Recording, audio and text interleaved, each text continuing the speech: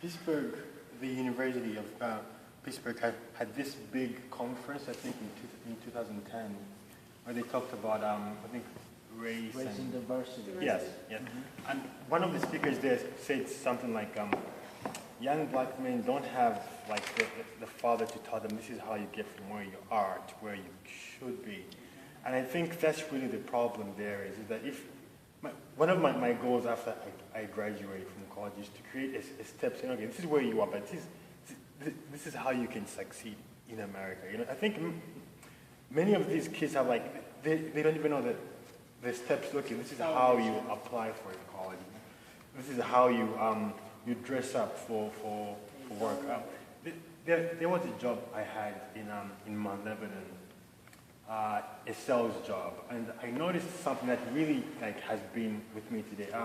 There were these two kids who came from the hood. Like you could tell by the way they dressed that they were, you know. And now if you look at Mount Lebanon, it's very different, you know, from here. But one thing that spoke to me that was these guys rode the trolley, took buses all the way from where they came from to Mount Lebanon to look for a job. And I thought that, you know, we can't just paint this broad brush of like young black men. There are people who want to get out, but they just don't know the steps. And I think showing them the steps, this is how you do it, this is how you get from point A to point B. I think that's really where the problem is. That because to me, if somebody can take a trolley all the way to the South Hills from downtown, they really want that, you know. And of course, the manager just sort of said, "Oh yeah, we'll call you," and yeah, he never called them,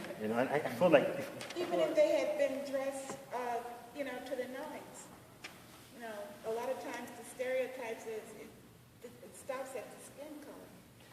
I have noticed that. I got to dress. But I think racism is there, but it's not. I think we make it bigger than it actually is.